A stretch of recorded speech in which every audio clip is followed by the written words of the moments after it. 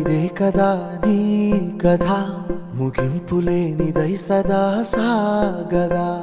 ఇదే కదా నీ కథ ముగింపులేనిదై సదా సాగదా. నీ కంటి రెప్పలంచున మనస్సు నిండి పొంగిన ఓ నీటి బిందువే కదా నువ్వెతుకుతున్న సంపద. ఒక్కొక్క జ్ఞాపకానికి 100 ఏళ్ల ఆయువుందిగా, ఇంకెన్ని ముందు వేచెనో అవన్నీ వెతుకుతూ పదా. మనుష్యులందు నీ కథ మహర్షిలాగా